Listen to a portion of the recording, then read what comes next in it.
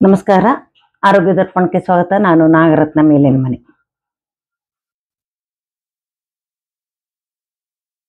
Colour numerology ಬಗ್ಗೆ ನಿಮ್ಗೆ ತಿಳಿಸ್ಕೊಡ್ತಾ ಇದ್ದೆ.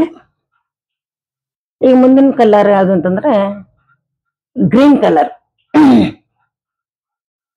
ಗ್ರೀನ್ ಕಲರ್ ಜಲತತ್ವವನ್ನ ಪ್ರತಿನಿಧಿಸುತ್ತೆ. ಗ್ರೀನ್ ಕಲರಿನ ನಂಬರ್ 4. ಇದು ಎಷ್ಟು ಚೆನ್ನಾಗಿ ಕೆಲಸ ಮಾಡುತ್ತೆ ಅಂತಂದ್ರೆ ತುಂಬಾ ಚೆನ್ನಾಗಿ ಕೆಲಸ ಮಾಡುತ್ತೆ. ಎಲ್ಲವೂ ಚೆನ್ನಾಗಿ ಕೆಲಸ ಮಾಡುತ್ತೆ. ಇದು ನಮ್ಗೆ ತುಂಬಾ ಅವಶ್ಯಕವಾಗಿ ಬೇಕಾಗಿರ್ತಕ್ಕಂಥದ್ದು. ಹೇಗೆ ಅಂತಂದ್ರೆ ಮನೆಯಲ್ಲಿ ಜಗಳಗಳಾಗ್ತಾ ಇದ್ದೆ, ಗಂಡ ಹೆಂಡತಿಗೆ ಜಗಳ ಆಗತ್ತೆ, 2 ಜನ ಮಕ್ಕಳು ಜಗಳ ಮಾಡ್ಕೊಳ್ತಾ ಇರ್ತಾರೆ, ಅಥವಾ ಅತ್ತೆ ಸೊಸೆ ಜಗಳ ಆಗಿರುತ್ತೆ. ಯಾರು ಕೆಟ್ಟವರಲ್ಲ, ಜಗಳ ಮಾಡ್ತಾ ಇದಾರೆ ಅಂದ್ರೆ ಕೆಟ್ಟವರು ಅಂತಲ್ಲ, ಅವರಲ್ಲಿ ಹೊಂದಾಣಿಕೆ ಇಲ್ಲ ಅಂತ ಅರ್ಥ. ನೋಡಿ, ಹಿಟ್ಟು ಪುಡಿ ಆಗಿತ್ತು ಅಂತ ಇಟ್ಕೊಳ್ಳಿ, ಅದಕ್ಕೊಂದಕ್ಕೊಂದಕ್ಕೆ ಅಂಟ್ಕೊಳ್ಳೋದಿಲ್ಲ. ಅದಕ್ಕೆ ನೀರ್ ಹಾಕಿದವಾಗ ಏನಾಗುತ್ತೆ, ಅದು ಒಂದಕ್ಕೊಂದಕ್ಕೆ ಅಂಟ್ಕೊಳ್ಳುತ್ತೆ. ಆಮೇಲೆ ನಾವು ಚಪಾತಿ ಮಾಡ್ಬೋದು. ಹಿಟ್ಟು ಹಾಗೆ ಇದ್ರೆ ಅಂಟ್ಕೊಳ್ಳೋದಿಲ್ಲ. ಹಾಗೆ ಅವರಲ್ಲಿ ಜಲತತ್ವ ಕಡಿಮೆ ಆಗಿರುತ್ತೆ. ಹಾಗಾಗಿ ಅವರು ಒಬ್ಬರ ಅಭಿಪ್ರಾಯಕ್ಕೆ ಒಬ್ರು ಗೌರವಿಸಿದ್ರೆ ಒಬ್ರನ್ನ ಒಪ್ಕೊಳ್ಳೋದಿಲ್ಲ, ಕೂಡ್ಕೊಳ್ಳೋದೇ ಇಲ್ಲ. ಅವರು ಅತ್ತೆ ಸೊಸೆಗೆ ಹೊಂದಾಣಿಕೆ ಆಗೋದಿಲ್ಲ. ಅತ್ತೆ ಸೊಸೆ ಏನ್ಬಿಡಿ, ತಾಯಿ ಮಗಳನ್ನೇ ಜಗಳ ಮಾಡ್ತಾ ಇರ್ತಾರೆ. ತಾಯಿ ಮಗ ಜಗಳ ಮಾಡ್ತಾರೆ, ತಂದೆ ಮಗ ಜಗಳ ಮಾಡ್ತಾರೆ. ಅತ್ತೆ ಸೊಸೆ ಹೇಳ್ತಕ್ಕಂಥದ್ದು ಹೆಸರು ಕೊಡೋ ಅವಶ್ಯಕತೆ ಏನಿಲ್ಲ, ಯಾರಿಗೆ ಬೇಕಾದ್ರೂ ಆಗ್ಬೋದು. ಆಗ ನೀವು ನಂಬರ್ 4 ಅಂತ ನಿಮ್ಮ ಮೊಬೈಲ್ ಸ್ಕ್ರೀನ್ ಅಲ್ಲೂ ಹಾಕೋಬಹುದು, ಅಥವಾ ವೈಟ್ ಶೀಟ್ ಮೇಲೆ ಬರೆದು ನಂಬರ್ 4 ಅಂತ ನೀವು ಗೋಡೆ ಮೇಲೆ ಕೂಡ ಅಂಟಿಸ್ಬೋದು. ನಿಮ್ಗೆ ಗ್ಯಾಸ್ಟ್ರಿಕ್ ಪ್ರಾಬ್ಲಮ್ ಇತ್ತು, ದೈಹಿಕವಾಗಿ ಹೇಳ್ಬೇಕು ಅಂತಂದ್ರೆ ಗ್ಯಾಸ್ಟ್ರಿಕ್ ಪ್ರಾಬ್ಲಮ್ ಇತ್ತು ಅಂತ ತಿಳ್ಕೊಳ್ಳಿ. ಒಂದು ಊಟ ಹಸುವೆ ಆಯ್ತು ಅಂದ ತಕ್ಷಣ ನಾವೇನಾದ್ರು ತಿನ್ಲೇಬೇಕು, ಇಲ್ಲಾಂದ್ರೆ ಹೊಟ್ಟೆನಲ್ಲಿ ಬೆಂಕಿ ಹತ್ತಂಗ ಆಗುತ್ತೆ. ಆ ಬೆಂಕಿ ಎಷ್ಟು ಡೇಂಜರ್, ತುಂಬಾ ಡೇಂಜರ್ ಅದು. ಆ ಬೆಂಕಿ ಎಷ್ಟು ಅಂತಂದ್ರೆ ತಲೆಗೆ ಹೋಗುತ್ತೆ, ತಲೆ ತಿರುಗಂಗ ಆಗುತ್ತೆ, ಕಣ್ಕತ್ಲೆ ಬರುತ್ತೆ. ಹಾರ್ಟಿಗೆಲ್ಲ ಹೋದ್ರೆ ಹಾರ್ಟಿಗೆ ತುಂಬಾ ಡೇಂಜರ್. ಅದನ್ನ ಯಾರಿಗಾರು ಇದ್ರೆ ಅದನ್ನ ವಾಸಿ ಮಾಡ್ಕೊಳ್ಳಿ ಬೇಗ. ಗ್ಯಾಸ್ಟ್ರಿಕ್ ತುಂಬಾ ಡೇಂಜರ್. ಇದು ನೋಡ್ಲಿಕ್ಕೆ ಮಾಮೂಲಿ ತರ ಗ್ಯಾಸ್ಟ್ರಿಕ್ ಅಂತ ಹೊಗ್ರೋಕ್ ತಗೊಂಡ್ಬಿಡ್ತೀವಿ. ಗ್ಯಾಸ್ಟ್ರಿಕ್ ಇತ್ತು ಅಂತ ಇಟ್ಕೊಳ್ಳಿ, ಅವ್ರಿಗೆ ಏನು ಇಲ್ಲ, ಸ್ಟಮಕ್ ರಿಫ್ಲೆಕ್ಸಿಗೆ ನಂಬರ್ 4 ಅಂತ ಬರೆದ್ರೆ ಆಯ್ತು.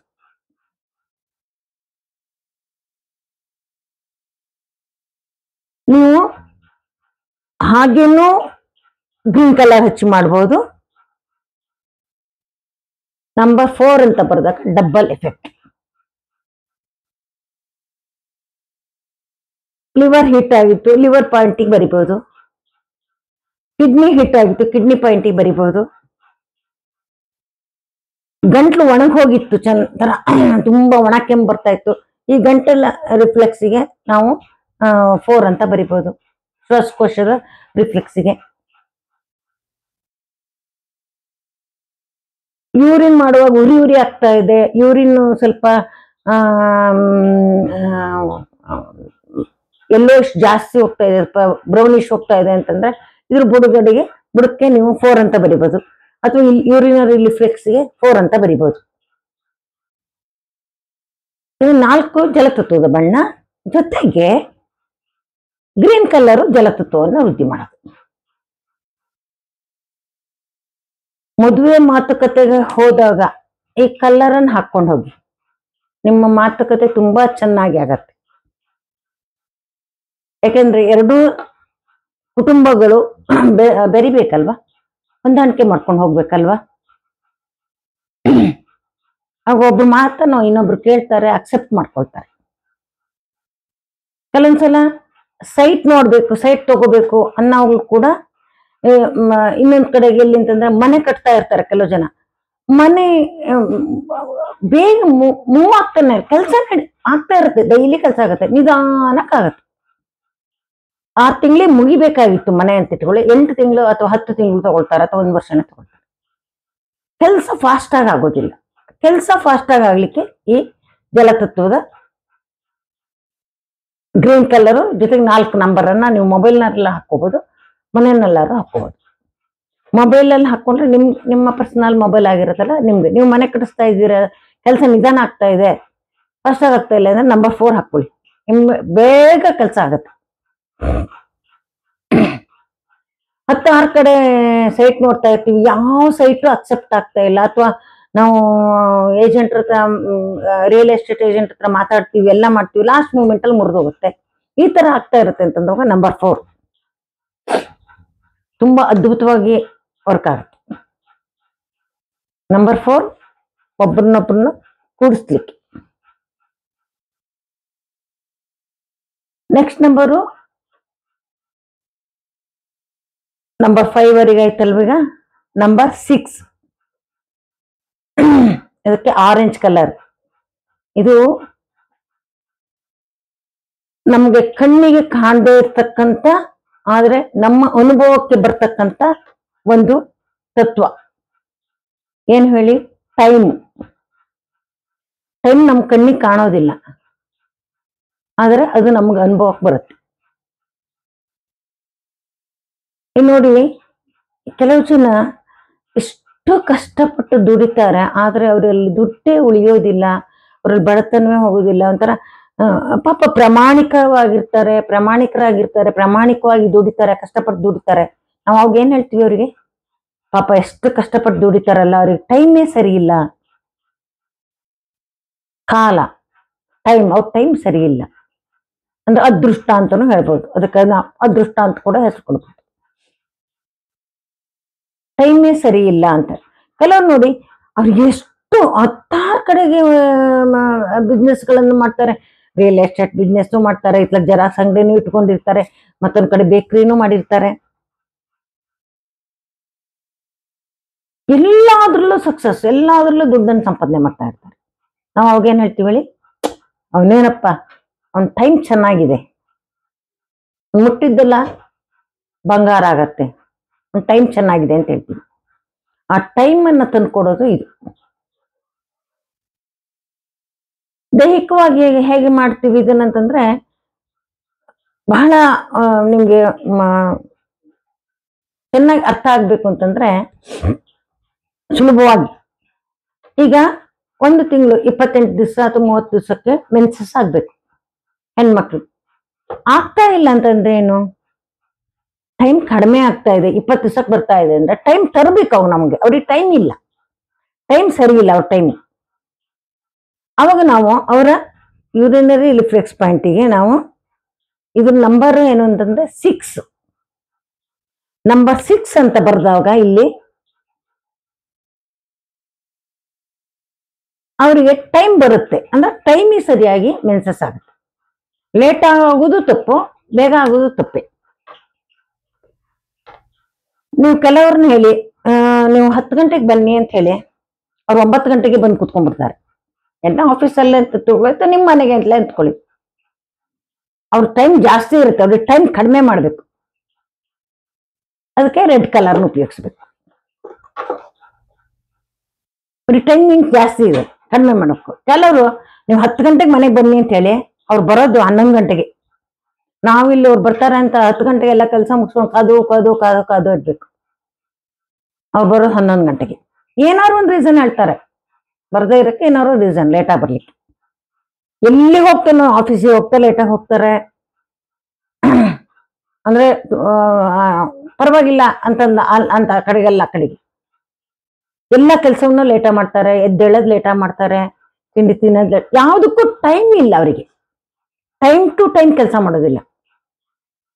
ಕೆಲವ್ರು ನೋಡ್ಬೇಕು, ಮನೆಯಲ್ಲೇ ಇರ್ತಾರೆ, ಒಬ್ಬ ಗೃಹಿಣಿನೇ ಆಗ್ಲಿ ಅಥವಾ ಒಬ್ಬ ಗೃಹಸ್ಥನೇ ಆಗ್ಲಿ, ಅವ್ರು ರಿಟೈರ್ ಲೈಫೇ ಲೀಡ್ ಮಾಡ್ತಾ ಇರ್ಲಿ, ಅವರು ಟೈಮ್ ಟು ಟೈಮ್ ಎದ್ದೇಳೋದಾಗ್ಲಿ, ಸ್ನಾನ ಮಾಡೋದಾಗ್ಲಿ, ತಿಂಡಿ ತಿನ್ನೋದಾಗ್ಲಿ, ಊಟ ಮಾಡೋದಾಗ್ಲಿ, ವಾಕಿಂಗ್ ಹೋಗೋದು, ಎಲ್ಲವೂ ಟೈಮ್ ಟು ಟೈಮ್ ಮಾಡ್ತಾ ಇರ್ತಾರೆ. ಕೆಲವರಿಗಂತೂ ಆ ಟೈಮ್ ಅನ್ನೋದೇ ಇರೋದಿಲ್ಲ. ಯಾಕೆ ಅಂತಂದ್ರೆ ಅವ್ರಿಗೆ ಟೈಮ್ ಇರೋದಿಲ್ಲ, ಟೈಮ್ ಕಡಿಮೆ ಇದೆ. ಟೈಮ್ ಅಂತ ತರಿಸ್ಬೇಕು ಅಂತಂದ್ರೆ ಇದನ್ನ ಇನ್ನೊಂದ್ ಕಡೆಗೆಲ್ಲ ಉಪಯೋಗಿಸ್ತೀವಿ. ಇದು ಸೆನ್ಸಿಟಿವ್ ಅನ್ನು ಉತ್ಪತ್ತಿ ಮಾಡ್ತಕ್ಕಂಥದ್ದು. ಟೈಮ್ ಅಂತಂದ್ರೆ ನಮ್ಗೆ ಸೆನ್ಸಿಟಿವ್ ಅನ್ನು ಕೊಡ್ತಕ್ಕಂಥದ್ದು. ನಾವು ಇದನ್ನ ಎಲ್ಲಿ ಉಪಯೋಗಿಸ್ತೀವಿ ಅಂತಂದ್ರೆ, ಮಾತು ಚೆನ್ನಾಗಿ ಆಡೋದಿಲ್ಲ, ಅದು ಕೂಡ ಟೈಮ್. ಯಾಕೆಂತಂದ್ರೆ ಮಾತಾಡ್ಬೇಕು, ಇಂತಿಷ್ಟು ಮಾತಾಡ್ಬೇಕು, ಒಂದು ಟೈಮಿಗೆ ಸರಿಯಾಗಿ ಮಾತಾಡ್ಬೇಕು. ಒಂದು ವಾಕ್ಯವನ್ನ ಹೇಳಲಿಕ್ಕೆ ಇಂತಿಷ್ಟು ಟೈಮ್ ಬೇಕು ಅಂತ ಇರತ್ತಲ್ವಾ. ಬಂದವ್ರ ಹತ್ರ ಮಾತಾಡ್ಬೇಕು, ಇಲ್ಲ ಇಲ್ಲ, ಕೆಲವು ಜನ ಮಾತೇ ಆಡೋದಿಲ್ಲ, ಬಾಯೇ ಬಿಡೋದಿಲ್ಲ. ಮಕ್ಕಳು ಕೆಲವು ಜನ ನಿಧಾನಕ್ಕೆ ಮಾತಾಡ್ತಾರೆ, ಅವರು ಸ್ವಲ್ಪ ಸ್ಲೋ ಇರ್ತಾರೆ. ತುಂಬಾ ನೀನು 1.5-2 ವರ್ಷಕ್ಕೆಲ್ಲ ಹಾಕೋ ಅವಶ್ಯಕತೆ ಇಲ್ಲ. 3 ವರ್ಷ 4 ವರ್ಷ 5 ವರ್ಷ ಆದ್ರೂ ಕೂಡ ಅವ್ರು ಮಾತು ನಿಧಾನ ಮಾಡಿರ್ತಾರಲ್ಲ, ಅವ್ರಿಗೆ ನಂಬರ್ 6 ಅರೇಂಜ್ ಹಾಕ್ಬೋದು.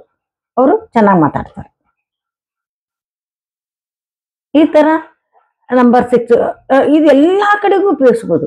ಬಿಸ್ನೆಸ್ ಅಲ್ಲಿ ಟೈಮ್ ಬರ್ಬೇಕು ನಮ್ಗೆ, ಅಂದ್ರೆ ಚೆನ್ನಾಗಿ ಬಿಸ್ನೆಸ್ ಆಗ್ಲಿಕ್ಕೆ ಟೈಮ್ ಬರ್ಬೇಕಲ್ಲ. ನಮ್ ಟೈಮ್ ಬರ್ಬೇಕಲ್ಲ, ನಮ್ಗೆ ದುಡ್ಡು ಬರ್ಬೇಕು ಅಂದ್ರೆ ನಮ್ಗೊಂದು ಟೈಮ್ ಬರ್ಬೇಕಲ್ವಾ. ನಮ್ ಟೈಮ್ ಬಂದಾಗ ನಮ್ಗೆ ದುಡ್ಡು ಚೆನ್ನಾಗ್ ಬರುತ್ತೆ. ನಮ್ಗೆ ದುಡ್ಡು ಬರೋ ಟೈಮ್ ಬಂದಿದೆ,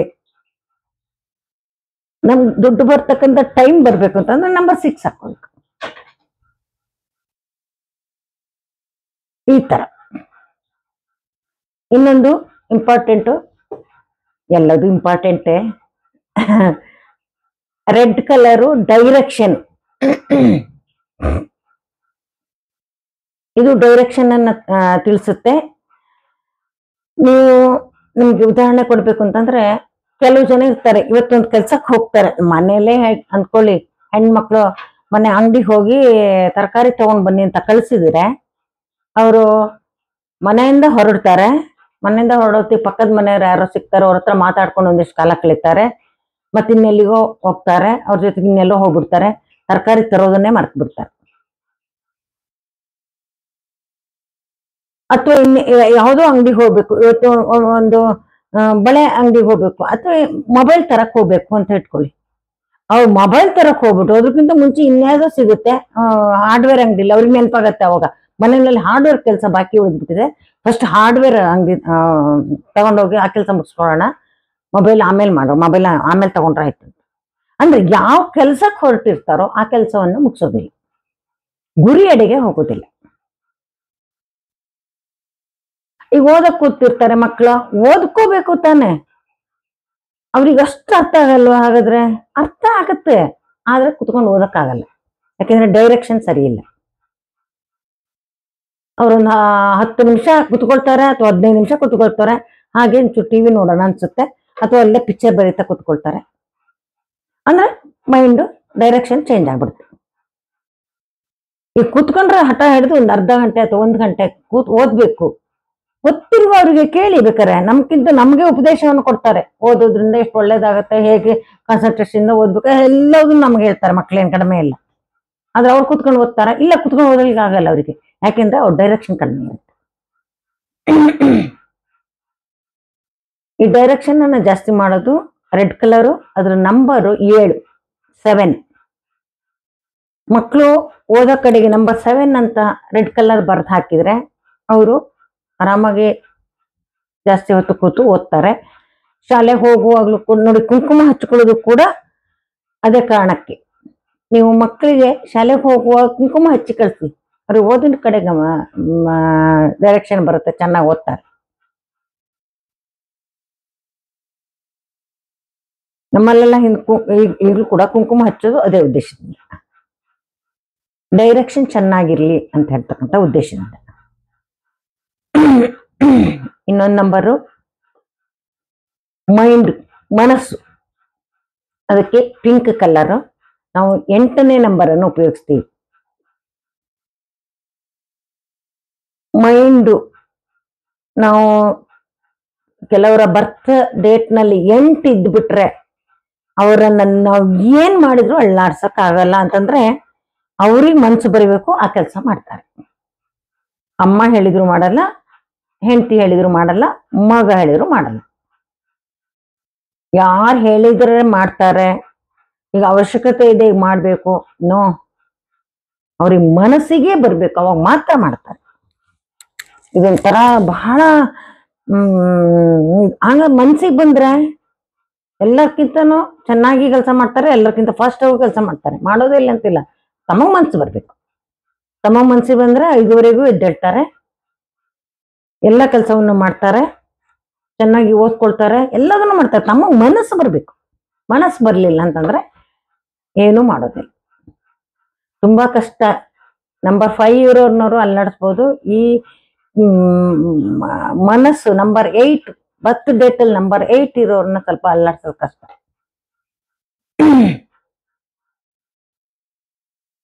ಡೇಟ್ ಪ್ರಕಾರ ಯಾರ್ಯಾರಿಗೆ ಯಾವ ತರ ಸ್ವಭಾವ ಇದೆ, ಹುಟ್ಟಿದ ಡೇಟ್ ಹೇಗಂತಂದ್ರೆ ಹುಟ್ಟಿದ ಡೇಟ್ ಅನ್ನು ತಗೊಳ್ತೀವಿ, ಯಾವ ತಿಂಗಳು ಅಂತ ಅದನ್ನು ಕೂಡ ತಗೊಳ್ತೀವಿ. ಈ ತಿಂಗಳು ಅಂದ್ರೆ 1ನೇ ತಿಂಗಳು, 2ನೇ ತಿಂಗಳು, 1, 2, 3, 4 ನಂಬರ್ಗಳಾಯ್ತು. 11ನೇ ತಿಂಗಳಲ್ಲಿ ಹುಟ್ಟಿದ್ರು ಅಂತಂದ್ರೆ 1 + 1 2 ಅಂತ ತಗೊಳ್ತೀವಿ. 12ನೇ ತಿಂಗಳಲ್ಲಿ ಹುಟ್ಟಿದ್ರು ಅಂದ್ರೆ 1 + 2 3 ಅಂತ ತಗೊಳ್ತೀವಿ. ಡೇಟ್ ಆಫ್ ಬರ್ತ್ ಮೇಲೆ ಆ ಮನುಷ್ಯ ಹೇಗೆ ಅಂತ ಒಂದು ಜಾತಕ ಫುಲ್ ಹೇಳ್ಬೋದು. ಇದನ್ನ ಜ್ಯೋತಿಷ್ಯ ಶಾಸ್ತ್ರದಲ್ಲೂ ಉಪಯೋಗಿಸ್ತಾರೆ, ಸಂಖ್ಯಾಶಾಸ್ತ್ರವನ್ನ ಆರಾಮಾಗಿ ಹೇಳ್ಬೋದು ಈ ಮನುಷ್ಯ ಹೇಗೆ ಅಂತ.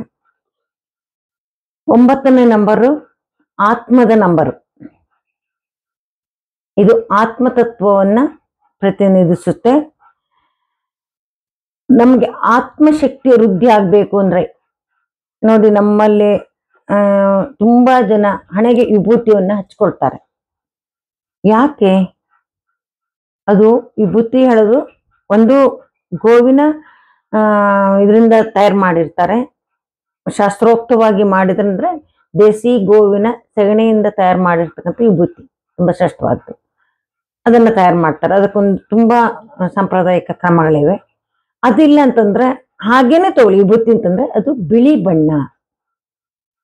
ಬಿಳಿ ಬಣ್ಣವನ್ನ ಹಣೆಗೆ ಹಚ್ಕೊಂಡಾಗ ನೋಡಿ, ಇದು ಆಜ್ಞಾಚಕ್ರ. ಈ ಆಜ್ಞಾಚಕ್ರ ಇಷ್ಟಕ್ಕೂ ನಾವಿಲ್ಲಿ ಕೆಲವ್ರು ಹೀಗೆ ಹಚ್ಕೊಳ್ತಾರೆ, ಕೆಲವ್ರು ಹೀಗೆ ಹಚ್ಕೊಳ್ತಾರೆ, ಕೆಲವ್ರು ಹಾಗೇನೆ ಹೀಗೆ ಹಚ್ಕೊಳ್ತಾರೆ.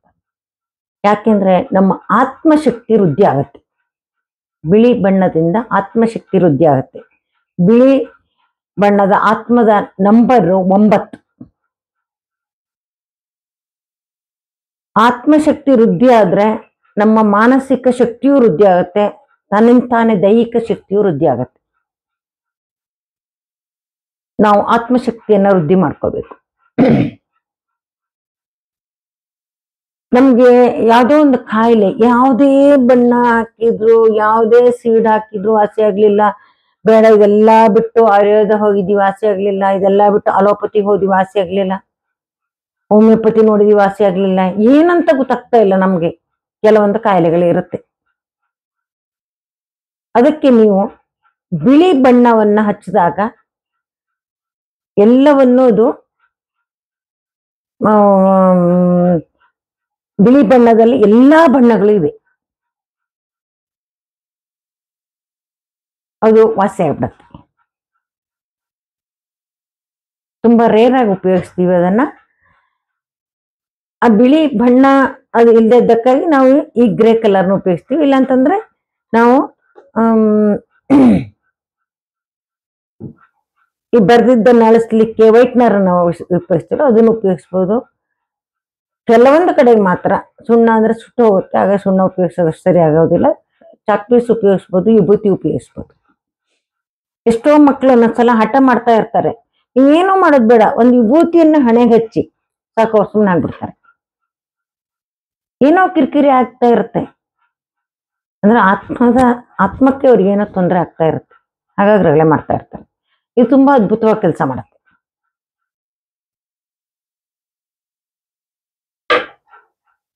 ಒಂದನೇ ನಂಬರ್ ಬರ್ತ್ ಡೇಟ್ ಇರೋರು ವಿಶಾಲ ಮೌನಭಾವದರಾಗಿರ್ತಾರೆ, ಎಲ್ಲದಕ್ಕೂ ಎಸ್ ಅಂತ ಹೇಳ್ತಾರೆ. 1ನೇ ನಂಬರ್ ಜಾಸ್ತಿ ಇದ್ರೆ ಎರಡೇನಾರು 1 ಬಂದ್ಬಿಟ್ರೆ ತುಂಬಾ ಕಷ್ಟ. ಅವ್ರೆಲ್ಲದಕ್ಕೂ ಎಸ್ ಹೇಳ್ತಾರೆ, ಆದ್ರೆ ಕೆಲಸ ಆಗುತ್ತೆ ಏನೂ ಇಲ್ಲ ಅಂತಿಲ್ಲ, ಅವ್ರಿಗೆ ನೋವು ಹೇಳಲಿಕ್ಕೆ ಬರೋದಿಲ್ಲ.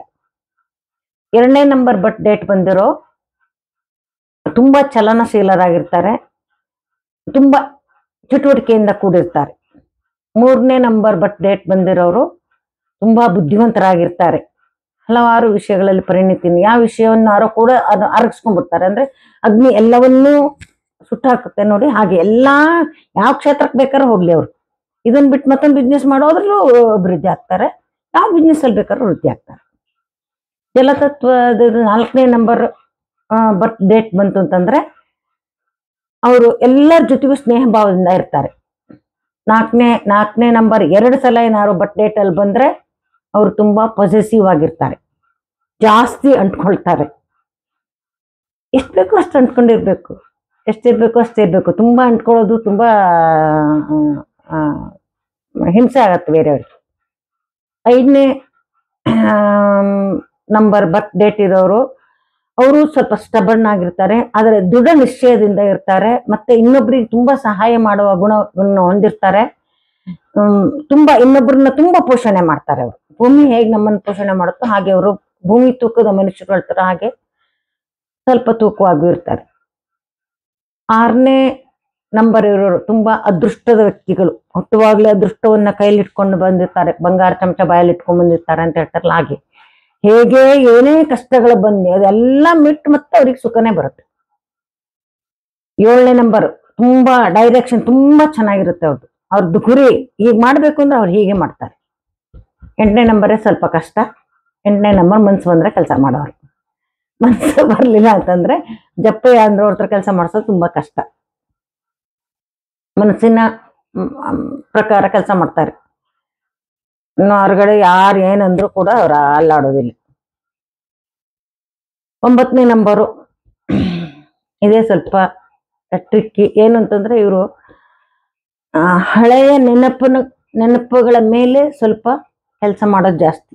ಆತ್ಮ ಅಂದ್ರೆ ಏನು ಅಂತಂದ್ರೆ ನಮ್ಮ ಹಿಂದಿನ ನೆನಪುಗಳು ಎಲ್ಲ, ಈ ಜನ್ಮದ್ದೆಲ್ಲ ಹಿಂದಿನ ಜನ್ಮದು ಯಾವುದ್ಯಾವುದೋ ಜನ್ಮದ ನೆನಪುಗಳು ಅವ್ರಿಗೆ ಇರುತ್ತೆ ಜಾಸ್ತಿ. ಆ ಬೇಸಿಸ್ ಮೇಲೆ ಅವರು ಕೆಲಸವನ್ನು ಮಾಡ್ತಾ ಇರ್ತಾರೆ. ಸ್ವಲ್ಪ ಕರ್ಮ ಕಳ್ಕೊಂಡು ಹೋಗ್ಲಿಕ್ಕೆ ಬಂದವರು ಅಂತ ಹೇಳ್ಕೊಂಡು, ಎಲ್ಲರೂ ಕರ್ಮ ಕಳೆಯೋಕೆ ಬಂದಿರೋರು ಅಲ್ಲ ಅಂತಲ್ಲ, ಬಟ್ ಸ್ವಲ್ಪ ಅವರು ಆ ಥರ 9ನೇ ನಂಬರ್ನವರು. ಈ ತರ ಒಂದೊಂದು ನಂಬರ್ ಬರ್ತ್ ಡೇಟ್ ಯಾವ ತರ ಬರುತ್ತೆ ಆ ತರ ನಂಬರ್ಗಳು ಇರುತ್ತೆ. ಮತ್ತೆ ಹೇಗ್ ನಂಬರನ್ನ ಇದು ಮಾಡ್ತೀವಿ ಅಂತಂದ್ರೆ, ನಾವು ಹುಟ್ಟಿದ ತಾರೀಕನ್ನು ತಗೊಳ್ತೀವಿ ಅಥವಾ ಹುಟ್ಟಿದ ತಿಂಗಳನ್ನು ಕೂಡ ಕೆಲವೊಂದ್ಸಲ ಕನ್ಸಿಡರ್ ಮಾಡ್ತೀವಿ. ಮತ್ತೆ ಅಷ್ಟು ನಂಬರನ್ನು ಕೂಡ್ತೀವಿ.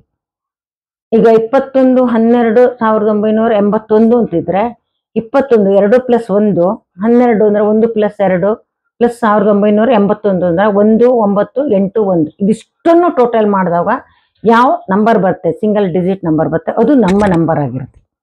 ಸಂಖ್ಯಾಶಾಸ್ತ್ರದ ಪ್ರಕಾರ ಆ ನಂಬರ್ ಆಗಿರುತ್ತೆ. ಆ ನಂಬರ್ ಹೇಗ್ ಬಂದಿದೆ, ನಮ್ಮ ಗುಣ ಸ್ವಭಾವಗಳು ಹಾಗೆ ಇರುತ್ತೆ.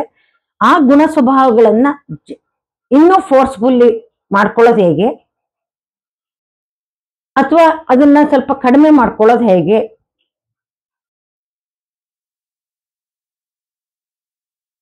ಮತ್ತು ನಾವು ಎಲ್ಲಾ ಕ್ಷೇತ್ರಗಳಲ್ಲೂ ಈ ನಂಬರ್ಗಳನ್ನು ಉಪಯೋಗಿಸ್ಕೊಂಡು ಮದುವೆ ಆಗ್ಬೇಕು ಅಂತಂದ್ರೆ ಯಾವ್ಯಾವ ನಂಬರನ್ನು ಉಪಯೋಗಿಸ್ಬೇಕು, ಸೈಟ್ ತಗೋಬೇಕು ಅಂದ್ರೆ ಯಾವ ನಂಬರ್ ಉಪಯೋಗಿಸ್ಬೇಕು, ಮನೆ ಕಟ್ಟೋದು ಫಾಸ್ಟ್ ಆಗ್ಬೇಕು ಅಂದ್ರೆ ಯಾವ ನಂಬರ್ ಉಪಯೋಗಿಸ್ಬೇಕು, ವಿದ್ಯಾಭ್ಯಾಸ ಚೆನ್ನಾಗಾಗ್ಬೇಕು ಅಂದ್ರೆ ಯಾವ ನಂಬರ್ ಉಪಯೋಗಿಸ್ಬೇಕು, ಯಾವ ಬಿಸ್ನೆಸ್ ಮಾಡಬೇಕು,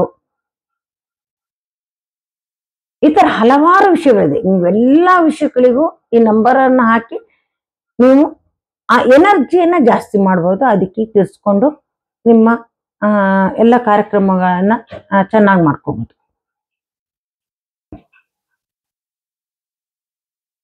ಇನ್ನು ಕೆಲವರು ಯಾವ ಶರ್ಟ್ ಕೂಡ ನಾವು ಯಾವ ಬಟ್ಟೆಯನ್ನು ಹಾಕೊಳ್ತೀವಿ ಅದು ಕೂಡ ಕೌಂಟ್ ಆಗತ್ತೆ. ಯಾವ್ಯಾವ ಫಂಕ್ಷನ್ಗೆ ಹೋದಾಗ ಅಥವಾ ಈಗ ಇಂಟರ್ವ್ಯೂಗೆ ಹೋಗ್ತೀವಿ ಅಂತ ಟೈಮಲ್ಲಿ ಯಾವ ಬಣ್ಣದ ಬಟ್ಟೆಯನ್ನು ಹಾಕೊಳ್ಬೇಕು ಅದು ಕೂಡ ಕೌಂಟ್ ಆಗತ್ತೆ.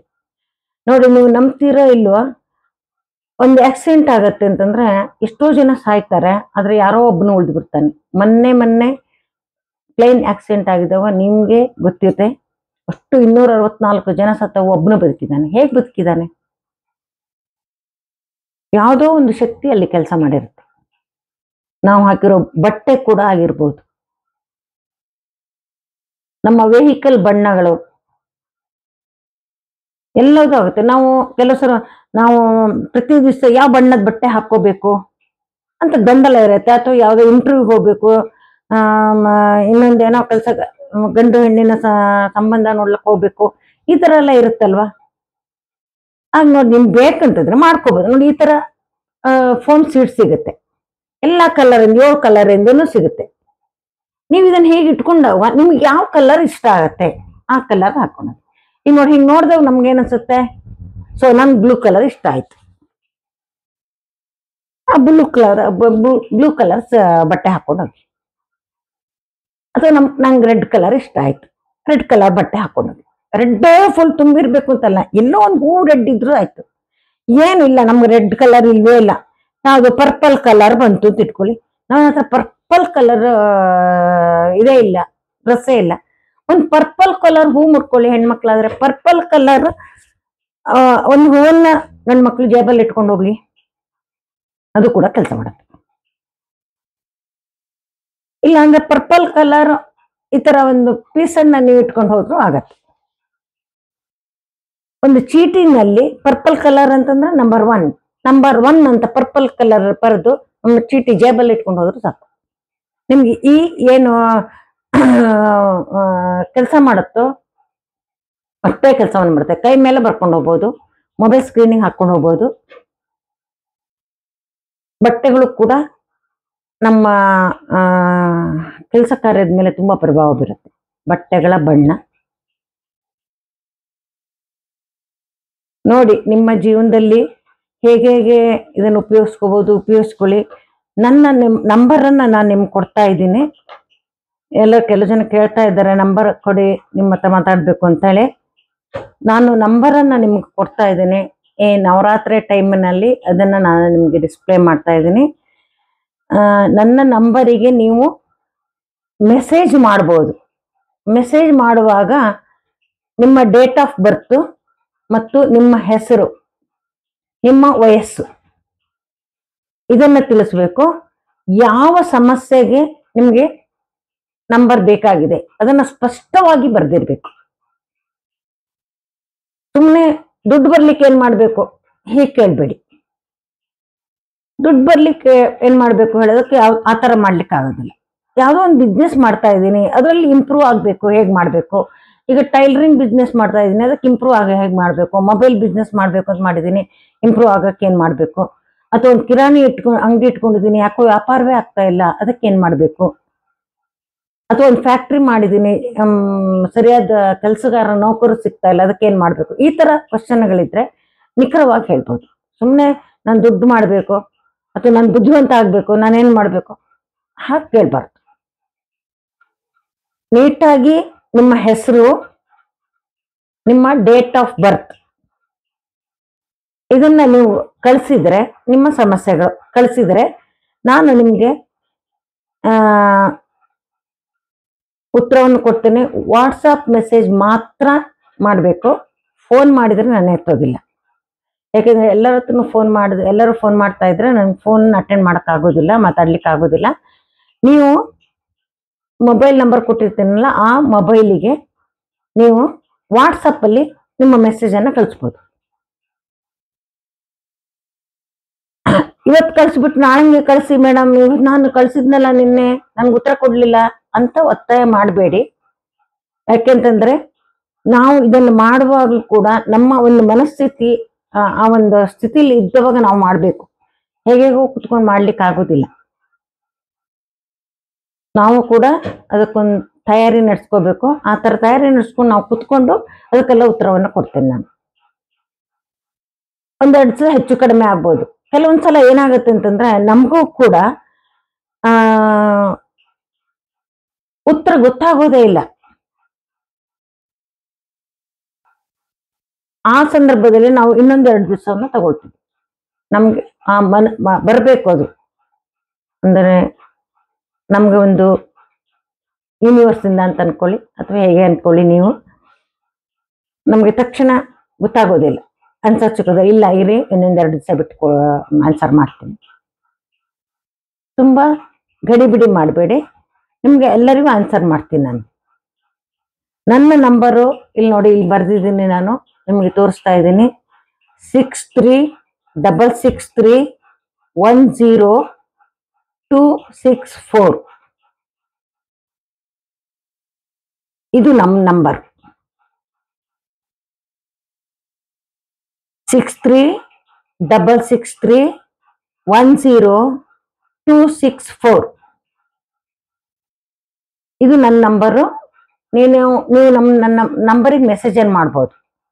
ನಿಮ್ಮ ಹೆಸರು, ನಿಮ್ಮ ವಯಸ್ಸು, ನಿಮ್ಮ ಡೇಟ್ ಆಫ್ ಬರ್ತ್ ಮತ್ತು ನಿಮ್ಗೆ ಯಾವ ಸಮಸ್ಯೆಗೆ ನಂಬರ್ ಬೇಕು ಹೇಳಿದ್ರೆ ನಾನು ಇದನ್ನ ಇದು ಮಾಡ್ತೀನಿ. ಇದಕ್ಕೆ ನನ್ನ ಟೈಮ್ ಒಂದು ಸ್ವಲ್ಪ ಖರ್ಚಾಗತ್ತೆ. ಹಾಗಾಗಿ ನಾನು ಸ್ಮಾಲ್ ಅಮೌಂಟನ್ನ ನಾನು ಚಾರ್ಜ್ ಮಾಡ್ತೀನಿ. ಅದನ್ನ ನಾನು ನಿಮಗೆ ಹೇಳ್ತೀನಿ. ನೀವು ವಾಟ್ಸಪ್ಪಲ್ಲಿ ನೀವು ಇದಕ್ಕೆ ವಾಟ್ಸಪ್ಪಲ್ಲಿ ಕಳಿಸಿ, ನಿಮ್ಮ ಸಮಸ್ಯೆಗೆ ನಾನು ಉತ್ತರವನ್ನು ಕೊಡ್ತೀನಿ. ನೋಡಿ, ನಾನು ಇದನ್ನು ಕೂಡ ಪರ್ಪಲ್ ಕಲರಲ್ಲಿ ಬರ್ತಿದ್ದೀನಿ. ಯಾಕೆ ಹೇಳಿ? ಪರ್ಪಲ್ ಕಲರ್ ಆಕಾಶ ತತ್ವವನ್ನು ಪ್ರತಿನಿಧಿಸೋದು.